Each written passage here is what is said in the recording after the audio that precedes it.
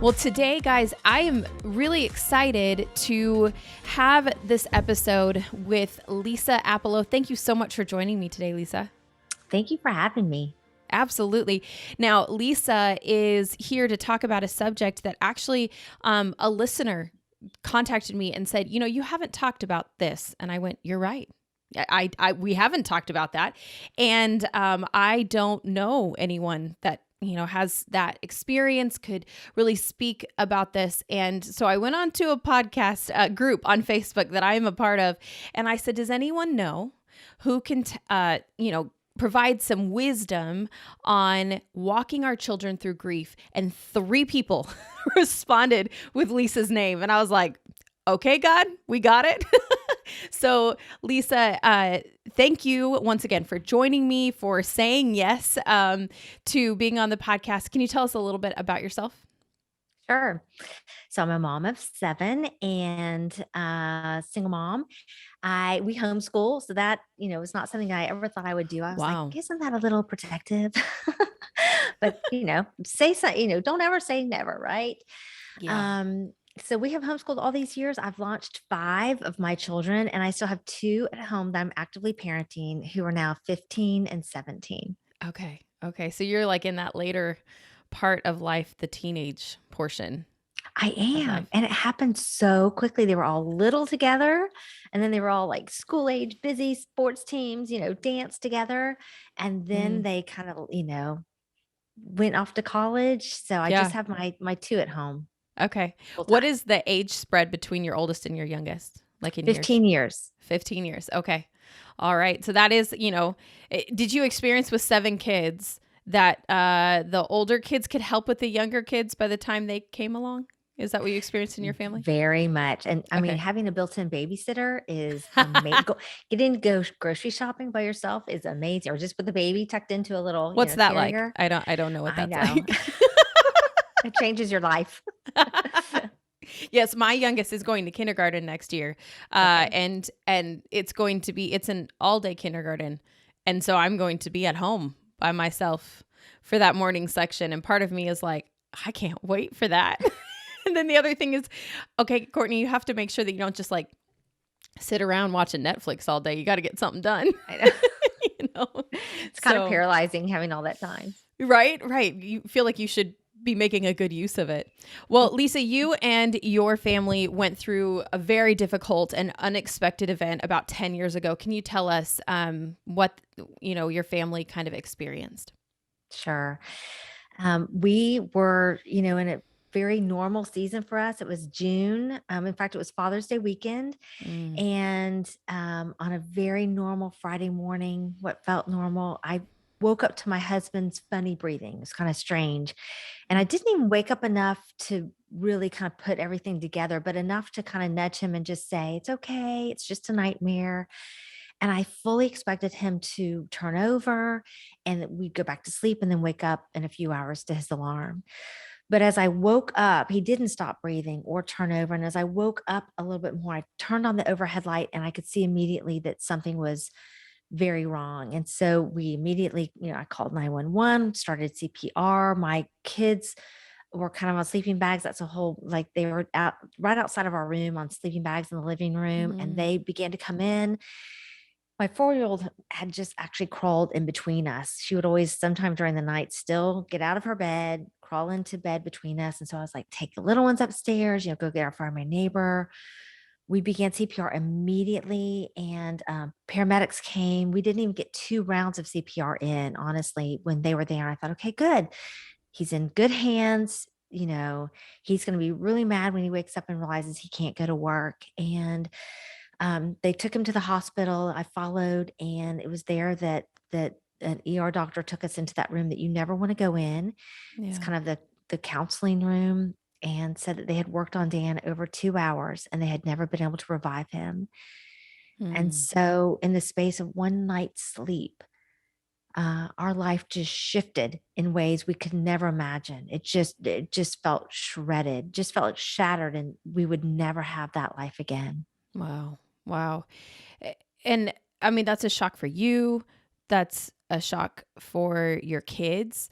I mean, can you talk about those hours, like immediately following, obviously, that horrible conversation in the room, and your youngest probably didn't really understand what was going on. Your oldest, how old was your oldest when this happened? He was 19. So 19, and then your youngest was 4.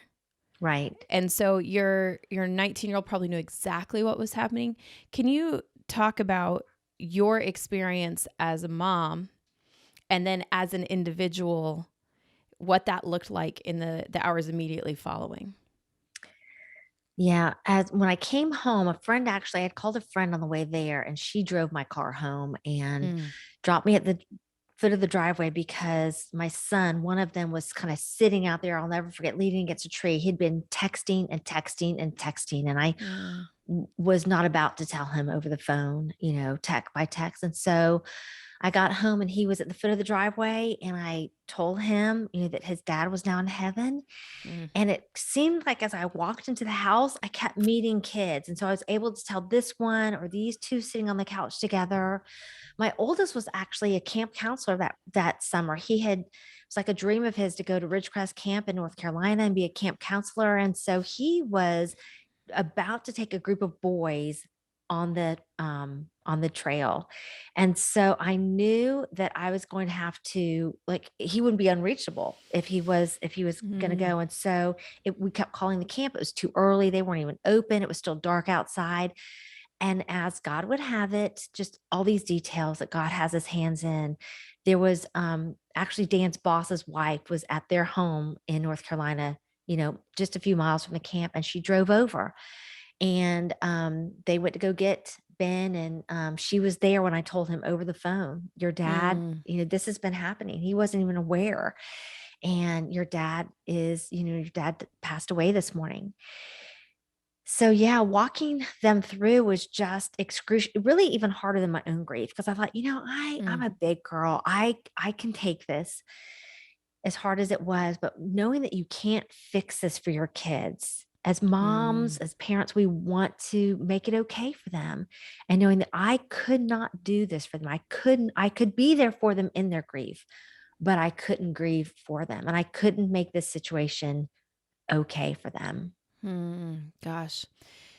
And I know in moments of that our family has gone through with grief, your kids are kind of looking to you for those cues, if you will, to know, are things going to be okay? And emotionally, how are you doing, mom? I love watching my kids when I'm in a point where I'm not okay, them coming in and trying to comfort me. My mom passed away a year and a half ago, and when we told our boys, we sat down, on the floor of the room, and at that point our boys were 3 and 6. So the 6-year-old very much understood what was happening, and we were able to talk with him. And of course, there were lots of tears, but our 3-year-old just didn't really understand in that moment. So he walked around the room one at a time to the 3 of us, and just, it's okay, it'll be all right, it's okay. Mm. And to see like that they understand that there's something going on, even though they don't really get what it is at that point in time. um it's beautiful to see them kind of connect with you on that different level. You have talked about how since then you have become, I loved these words that you used. You said, I become a student of grief and of my children and their grief. And what have you learned? First of all, I loved that because I thought, man, that means that you're like open to learning. You're not walking into this situation feeling like you need to know it all. And that's sometimes how I feel like as a parent, we feel like we need to have it all together. And then all of a sudden, a situation like this hits and they're grieving and we're grieving. We realize I know nothing. And you use the words, I become a student of grief and a student of my children's grief. What have you learned in that? Yes, I was so naive about grief. And Mm, I asked my friends immediately, I'm going to need books. But there's mm, not a lot, honestly, especially when something happens so unexpectedly. And so, we walked through it together. And the first thing that I said after the memorial service, after everybody had gone home and our house had quieted again, and we were all sitting around the living room on couches and chairs and pillows, and I just said, we're going to need a lot of grace with each other. We're going to mm, need to give each other a lot of grace, because I did know this, that everybody grieves differently, and that it would look different for my little ones. It would look different for my teen and tween boys. It would look different for girls grieve differently than boys. Adults grieve differently than children.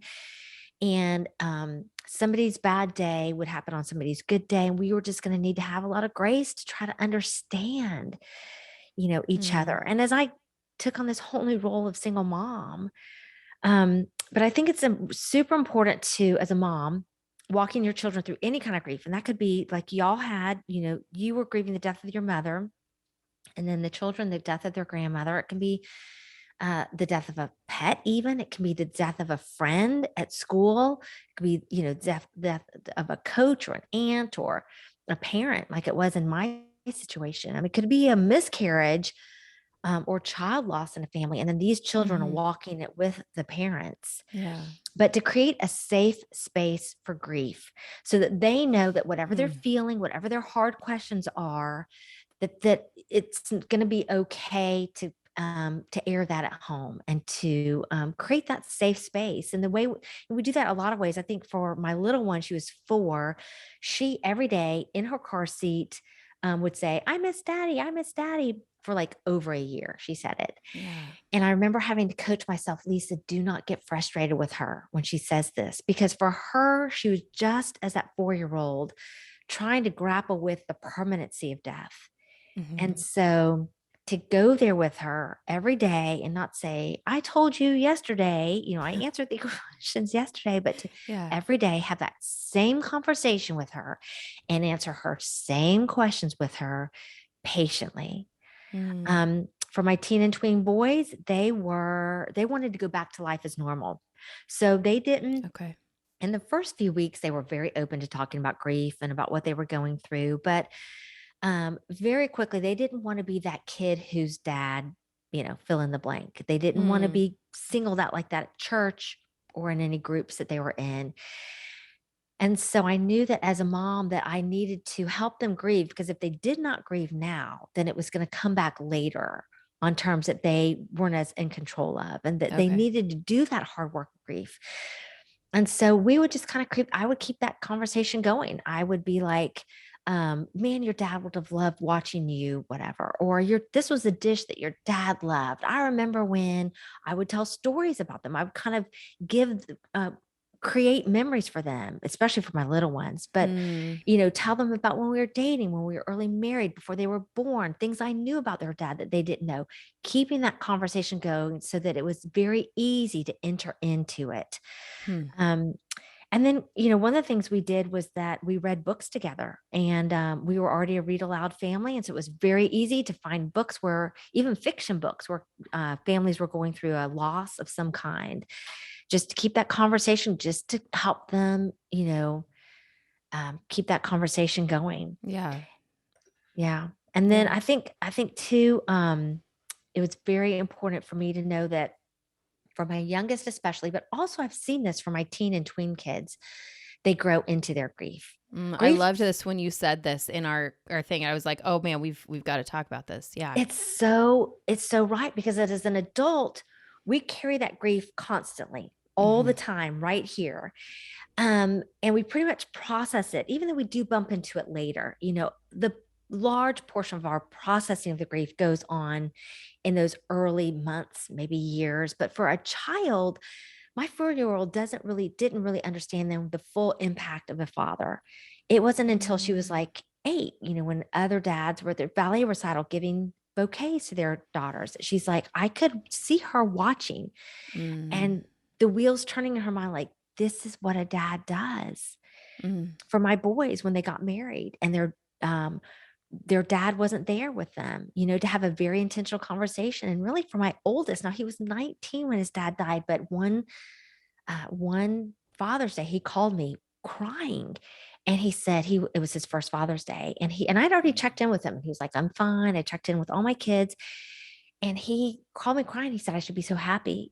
I've got this great job and I've got this beautiful wife and I've got this healthy child. I should be so happy today. And what he realized was that he was hit by this new, fresh wave of grief Mm-hmm. because the one person he wanted to celebrate it with, who Mm-hmm. he wanted to hear attaboy from, wasn't there.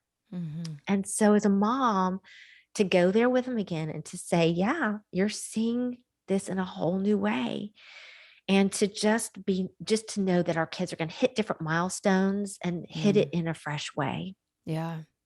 I know it has been interesting to watch my youngest as he is kind of walking through this. Like I said, when we first told them, he was just, patting us on the backs. But it comes out at like the weirdest. It seems weird to me, right? I mean, I'm sure actually what has happened is his brain has been thinking about it like, all day, and then he's finally, sprouting out a question of like, can I see, or can Mina come back? When will she come back? Or will can does she know that it's my birthday? And like questions like that. And man, I sure miss Mina. And I'm like, we're just going to soccer practice. But something about going to soccer practice made him really miss his Mina. When you have your kids as they get older, and I hear you saying like looking around and seeing the other dads give bouquets, or whatever it might be. My question to you is, a father plays a very specific role in a kid's life. So does a grandfather, a mother. What do you do? I You don't want to replace somebody, right? It's not the Mhm. point, because he can never be replaced. But how do you as mom help them to understand what the role of a father is? Or do you bring in other people into their life that can help them understand that? Or do you, in a way, take on that role? How can you help them kind of not fill that hole, but help them to experience that same thing in a different way? Yeah, that's a really good question. You can't ever fill it. And Yeah. even I've realized, naive me did not know this, that if somebody gets remarried, that doesn't replace their dad. That doesn't like Yeah. fix it for them. If and we know this, if you have a miscarriage and you have another child, people say, well, at least you can have more children. Yes, that doesn't replace the loss of the Right. child you had. Um, and so but for me, I tried some of this happened on its own and some of it happened intentionally. Okay. My father stepped in, so my mom and my dad became very much more active grandparents than they even had been Mm, really as with my older children for my okay. younger two. And so that was very helpful for my dad, especially to kind of step in with my youngest two, who are 4 and 6, and do things with them. But he did that very intentionally with my 12-year-old, with my 14-year-old, in a lot of ways. So he Okay. couldn't be Dan, but he could be a wonderful grandfather. He could Yeah. be a wonderful older man. He could be a wonderful um, grown man, to look to. Hmm. So the other way that that happened was in our church. There were a lot of men who just very organically would say, I want to take two of your boys with two of mine, and we're going to go golfing, or we're going to go shoot Mm, guns, or we're going to go fishing. And that felt really good because again, they can't take the place of their dad, but for my boys, especially, to be around good, godly adult men, role models, there was nothing better you could do for me yeah. and for them. They would show up to cheer them at their games too. So, Hmm. instead of me sitting alone on the stands or me sitting there with maybe some siblings, to see these others come and to cheer them on, not just like that first year, but for years after Dan had passed away, to show up for these kids and these boys to cheer for them at their games was huge. And Yeah. then I did some of that. One of my boys wanted to play football. I was against football. I was not for it, but he wanted to go out for it. He was just going into ninth grade. And he said, I really want to do this.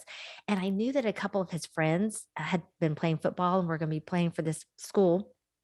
And so, and their dads were super involved. They were either Mm. like kind of like under coaches. I don't know all the names, but or they would like bring all the Gatorade. They were there on the Yeah. they were there on the sidelines, like actively, involved with the team. Hmm. And so it was very easy. If I wanted this son of mine who'd been 12 when his dad passed away, if I wanted him to have active mentoring, it was going to be a lot easier if he was on this football team and these dads were already Mm. driving their boys to practice and already, in the locker room.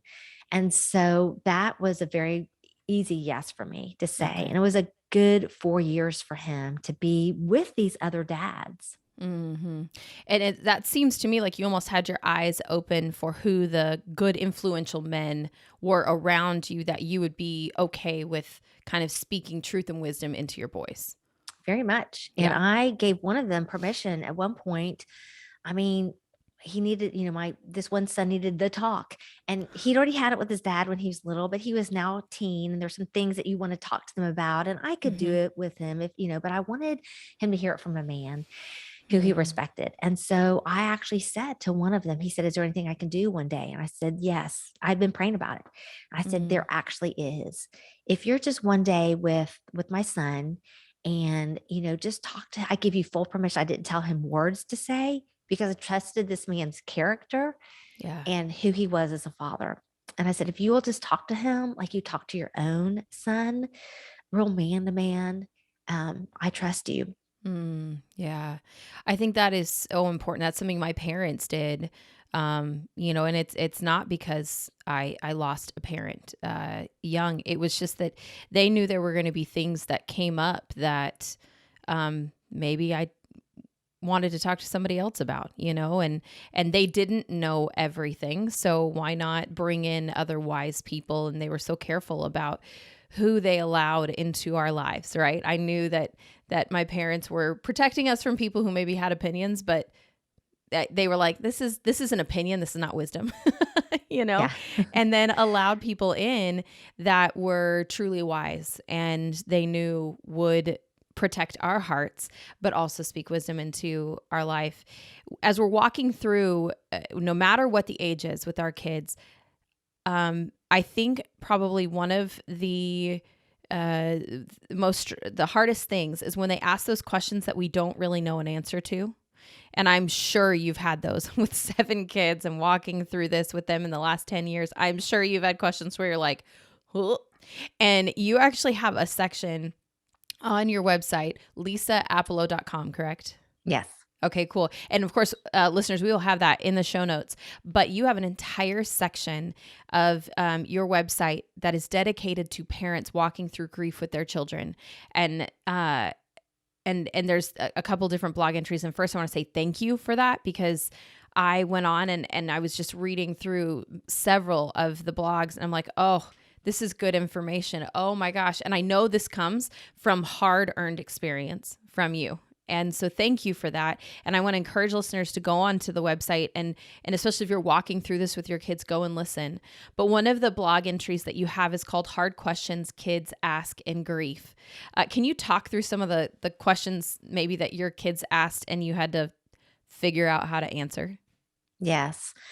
Just the younger they are, the more, like you said, just they'll blurt it out, whatever's on their heart.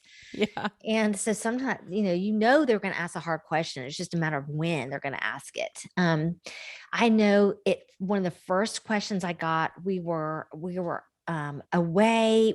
My sister had offered us like her condo on the water, so we could just Mm. kind of get away and just as a family, just have that time together. And we had a wonderful like long weekend. We were driving home, and I had the worship music cranking, and we were just all in good spirits. It was probably several months after Dan had died. And in the middle of that, my son said, my 6-year-old said, I don't want to die like daddy. I don't want to die like daddy. Wow. So just like you said, this had been on his heart and he was just now, voicing it. So I turned off the worship music and we all in that car, because I know all my kids had that question of, will I die like my father? Um, And we had a conversation about that. And fortunately, Mm. I had really thought through that. I wondered, I thought that they might have that question at some point. I didn't know that they would have it at 6 years old and that quickly. I thought it would be later as they got closer to his Yeah. age. But we talked about that, and we talked about how the verse Psalm 139, I think it's 16, that says every day was written in your books, or was recorded in your books before one of them came to be. That God ordains our day. He knows our day of birth and he knows our day of death, but that there are things we can do. It's like you can wear sunscreen, Rachel, and you can wear your seatbelt in the car. There are things that we can do, but God is in charge of our day of death. And talking about that theologically with them, there were other questions like, can he see me? Does he Mhm. know, what's going on? My older boys were very concerned about money, like the day after their dad died. And I'm in the thick of, picking out a plot and making decisions and, memorial and writing an obituary. I mean, things that you never think that you're going to have to do this early. And they came to me that night after everybody had left our house and they said, are we going to be okay? And one actually said, am I going to have to go to a boarding school? The, they don't know. They don't know Yeah. what this, and that was fear Yeah. speaking out. And so to be able to talk to them I thought we were going to have a conversation about money, but I didn't know it would be that quick. And these Mm. older ones wanted to know. And so I didn't want to tell them everything. I felt like, they're kids and I'm still the mom and I don't want to have to tell them everything, but I told them enough to know your dad has done some things because he loved you enough to think ahead and to take care of you, and we will Mm. be okay. Mm. But yeah, some of those questions, why did he have to die? And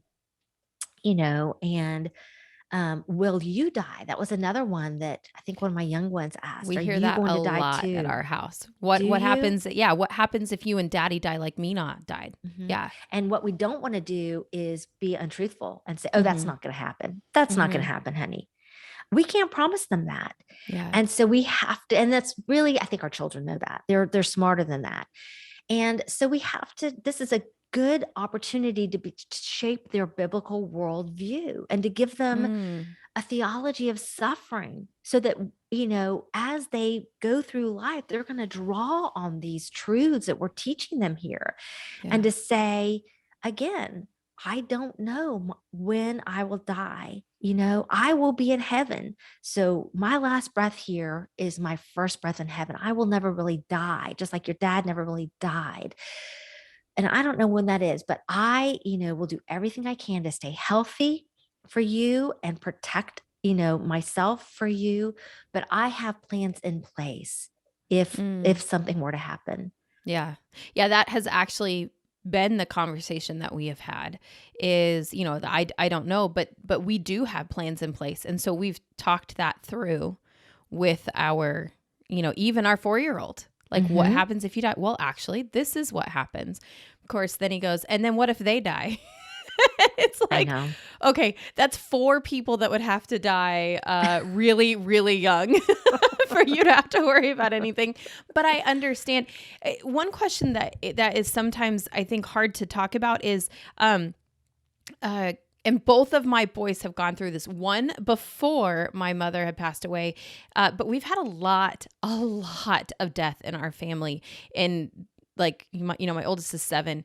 In the 7 years of his life, he's been through more funerals, I think, than most kids, and experienced more death, except for maybe with COVID being, the ultimate equalizer in the last year and a half. But uh, one of the things that I've heard from them is, I don't want to go to heaven because that means separation from you and daddy. Because they see security in us and they see safety in us. And so the idea of separation from us is scary. So they're like, I don't want to go to heaven. And of course, as like a Christian parent, I'm like, no, it's really cool. Like, look at what scripture. And then I have to be like, okay, don't freak out, Courtney. Like, that's not what they're saying. How do we respond to kids when they're, kind of saying things that seem kind of, can be like, no, you just don't understand. But then you realize, do we as adults really understand, what Yeah. heaven looks like truly? How do you help kids through something like that? And I think probably what they're asking is, I don't want to die. Yeah. It's not that it's heaven, it's they don't want to die. And Right. listen, there are plenty of adults that have a fear of death. I think that's like the second Mm. fear, is a fear Hmm. of death. So I think that you talk to them very honestly, and it's okay to say the things that we do know, and it's okay to say the things that we don't know. If we Ooh. don't know something, we don't want to make it up. We just want to say, honey, I don't know. The Bible doesn't tell us exactly, but this could be what it is if Mm. we so I think if one of my children have never said that, and partially I think that could be because their dad's in heaven, like Ah. that's going to be sweet for them.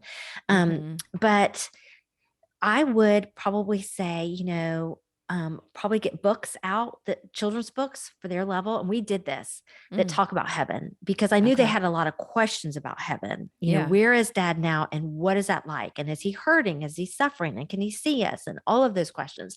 And so we got some books out on heaven. And even with my older kids, I Mm. read a book by W.A. Criswell. I pulled it off I don't know why it was on my shelf, but there it was.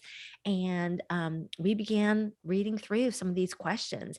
And my Yeah. older kids didn't come to me with these questions, but I knew that they probably had them. I had them.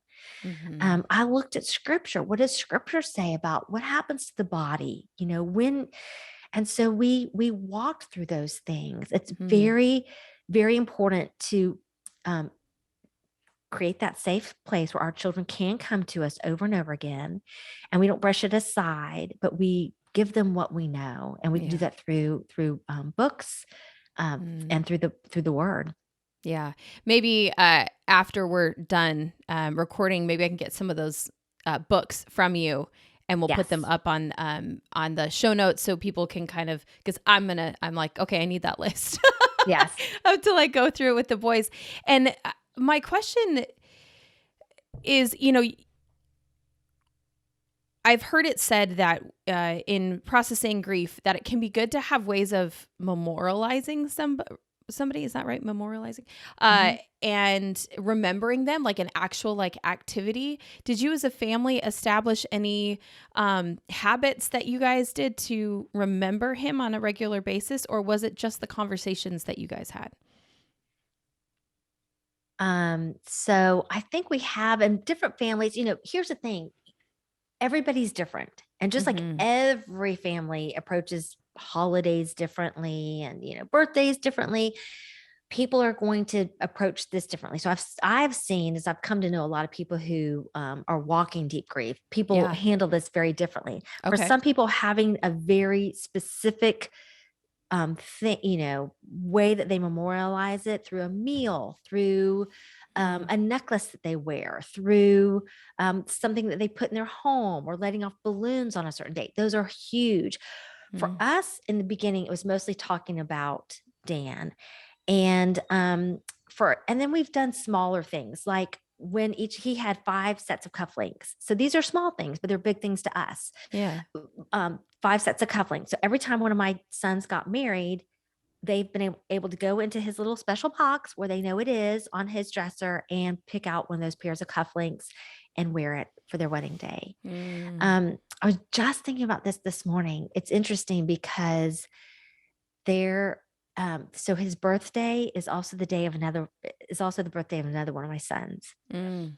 His Our wedding anniversary, ended up being the anniversary of my oldest son and his wife. And Wow. I was like, God, you are redeeming every day. And I Mm. don't know what you're going to do yet. There's still the day that he died, which is Father's Day weekend. I don't know what you're going to do with that day, but I'm almost expectant now. Like, will God Oh, redeem that exact date for yeah. us in some way? Mm. So I think memorializing is huge. We don't do anything because of those days, because our wedding Yeah. anniversary is somebody else's, and because his birthday is my son's. It used to be a kind of a joint celebration, and now we just really do have it be my son's Okay. celebration. But that's that transition that you make. I think in the grief process of, like there are those things that you set up, and then like you said, it's been almost redeemed to like we're still celebrating something on that day. We're not forgetting, we're remembering, but we're celebrating something else. And I love that idea of, finding the way that works for your family, whatever that looks like. That there is no one way to memorialize someone. It's not like, well, it has to be a grave or it has to be a location or whatever. Ours is a tree. We planted a tree in a prayer garden in a town where we grew up, and we can go there, and we have. And you can go, and as that tree gets bigger, it'll always be there for us to remember mom. That's not where her body is, but that is where, it's a beautiful place surrounded by other trees that we can go to remember her whenever, we want that connection. You have a wonderful perspective now, 10 years along the journey, of why it's important to help our kids process grief well, and how it actually makes them better adults and better humans, really. Can you share that perspective with us? Yeah. So I have seen, as a young mom, watching my kids walk through this, I thought, this is like, I can't fix this for them.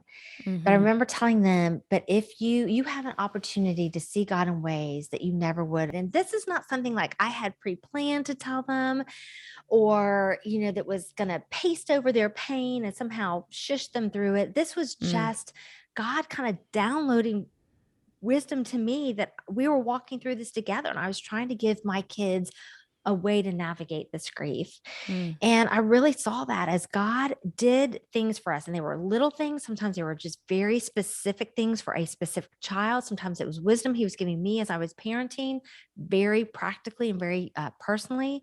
Sometimes mm-hmm. it was a huge thing. Like one day we were all sitting in front of the TV eating leftovers, and we got a knock on the door, and it was two people we did not know. We had seen this car pull up in front of our house, and the kids were like looking out, and they're like, who is that?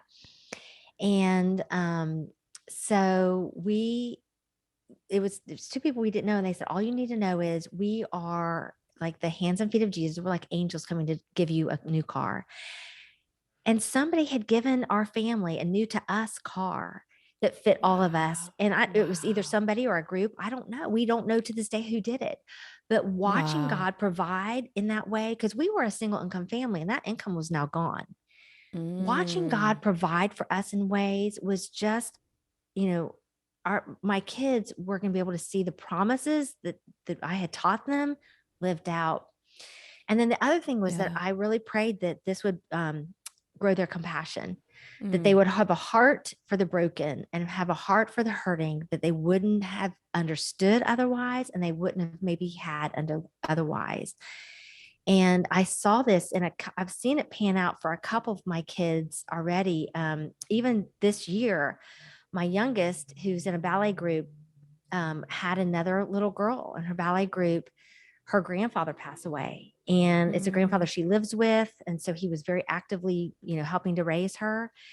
And I've kind of walked my daughter through that now that she's able to speak into that other little girl, to make wow. sure that she's at, I think a lot of kids that age, 15, they wouldn't even know what to do with that or how to Mm-hmm. speak about that. Mm-hmm. But helping my daughter figure that out and have compassion walking with her friend through that. Mm, I know one of my older sons too. A couple years after his dad died, he was in a house with a bunch of college kids, and so it was like a scholarship house, and he was the head of the house actually. And one of the boys, they had lived with these 15 guys all year long, and co-op together, eaten together, cleaned the house together, all that. yeah. Well, one of the boys at the very end of the school year passed away very tragically. Wow. And so all of them were grieving, and he was very much missed because he was part of their house. He was going to be there the Yeah. next year.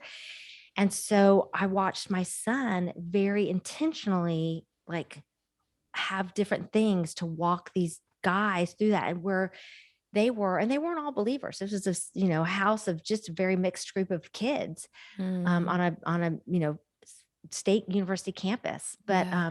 to watch him very intentionally have conversations and set up like house meetings and speakers to come in to walk them through questions that they were probably asking or carrying was Yeah. very interesting. I think he just knew to do that because he himself had walked through it.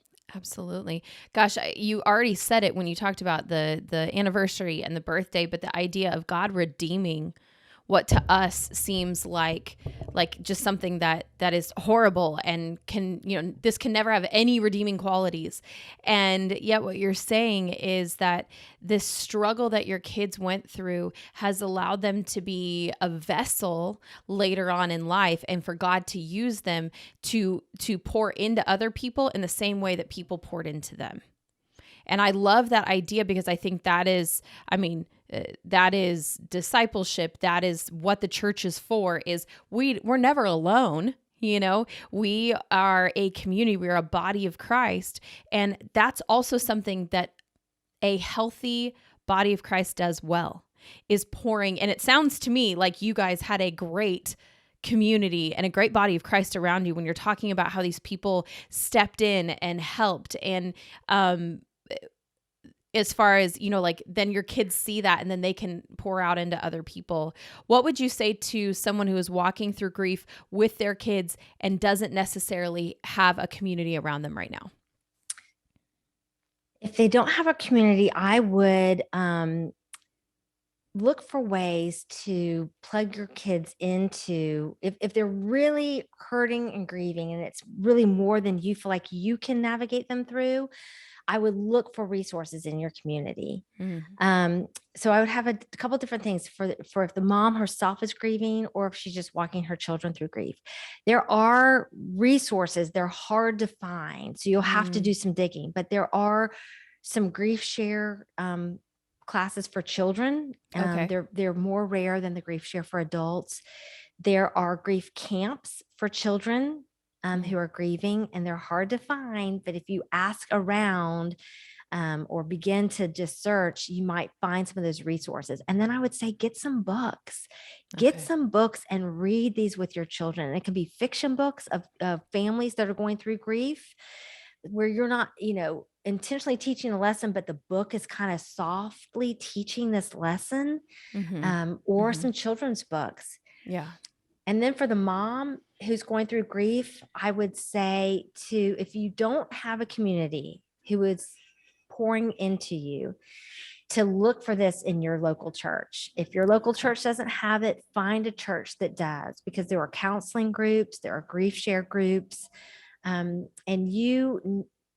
It's very helpful to have a group to be able to just ask these questions to, and there's comfort in knowing other people are just going through what you've gone through. Yeah. Yeah. Feeling alone is a hard place to be when you're anytime, but especially when you're grieving. One of the books that we can encourage them to pick up is your book that comes out today, the day that this is airing. And so the name of your brand new book is Life Can Be Good Again, Putting Your World Back Together When It All Falls Apart. Can you tell us about your book and what, when we pick it up, what we can expect to read? Yes. So this is a book for anyone who is experiencing shattering loss, Mm. and is walking a life that they didn't expect and don't want, and would really give back if they could. I remember thinking, will I ever smile again? Mm. And though I knew, I was a believer, I trusted God, I knew He'd be faithful, I did not know how in the world He was going to mend 8 broken hearts, and how in the world I was going to take steps forward. What did that even look like? And so this is that book that really, I want to walk with you in that hard place, and both go there in those deep emotions and in that Mhm. raw ache, because there's no glossing over that. We have to Mm. process that, but then also walk with hope to see that life can be good again and that Yeah. you will smile again. Yeah. And you can Mm. get it at any your local bookstore. You can get it at any online bookstore. Yeah, we will have it also on the show notes. Well, I want to start by thanking you for your perspective. I think for those of us that are young moms and young dads, this is a subject, like you said, that sometimes if we don't know someone who's already walked through it, finding resources can be hard to find, or it can just be so overwhelming that you're not in a place to try to, find those resources. So thank you for sharing your experience. We ask the same question of our guests each week, and that is, none of us are meant to live life alone. So who is it that helped you along in your journey? It was really, so I did have a little cluster of girlfriends Okay. that were there for me. And interestingly, since my own loss, they've each walked through something very, very difficult themselves. Mm-hmm. And so what a privilege to be able to turn back and walk with them and their own, pain and their own loss. But also, it's more than any one person can handle. When you're going through a deep difficulty, it's more than any one person can handle. So really just seeing so many people do like one thing that maybe for them felt small, but the totality of it was like the hands and feet of Jesus really just meeting us. And it could have been somebody taking my youngest for a play date, somebody doing something for my older kids, somebody bringing a meal, somebody taking them home from practice. Just so many ways people showed up for us that altogether just was such love for us when we desperately needed it. So don't discount the size of your service to those that are hurting. No, it's, we can't do everything, but we can each do one thing, each do something. That's right. That's right. Well, Lisa, thank you. Even this book, here's another way where God is redeeming, what you guys went through, and he is allowing you to now help those of us that are farther along in the journey, that are continuing to walk in our grief and figure out what that looks like to put our worlds back together when we know there is no going back to how it was, right? Because once you experience this, you never go back to how it was. You have a new normal. So what does that look like? So thank you very much for the words that you've shared with us today. Thank you for having me. I thoroughly enjoyed it. Thank you.